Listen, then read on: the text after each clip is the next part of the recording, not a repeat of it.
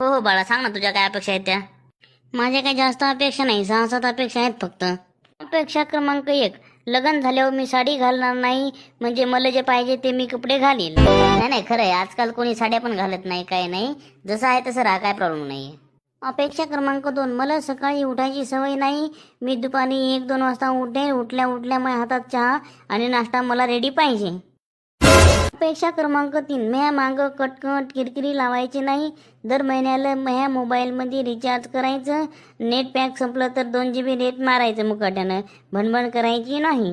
अपेक्षा क्रमांक 4, झाडून काढणे, भांडे घासणे, स्वयंपाक करणे, कपडे धुणे, फरशी पुसणे असे कोणतेच कामं मी करणार नाही, त्यामुळे माझ्या मायापाला फोन लावून माझ्याबद्दल घराने सांगायचे नाही, तसेच शेजारच्या बायाला काही घराने सांगायचे नाही.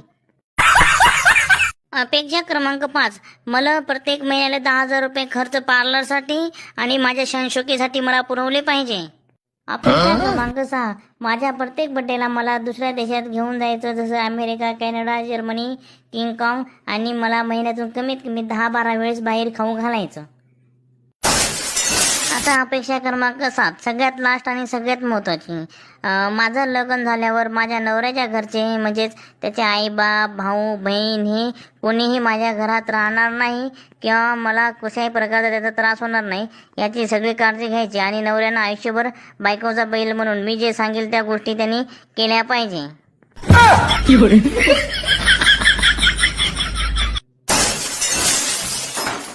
ओ सोयरे हो, काय झालं? ओ सोयरे हो, काय झालं? उठा उठा उठा सोयरे हो. आई बाबा उठा की, पोरीची अपेक्षा ऐकून काळजी करायले का तुम्हाला? उठा ये बाप्पा, प्लीज चला घरी. ए अरे टकलू है, लाव ना फोन, नुसता तोंड काय पाहायला, लाव, ॲम्ब्युलन्सला कॉल कर.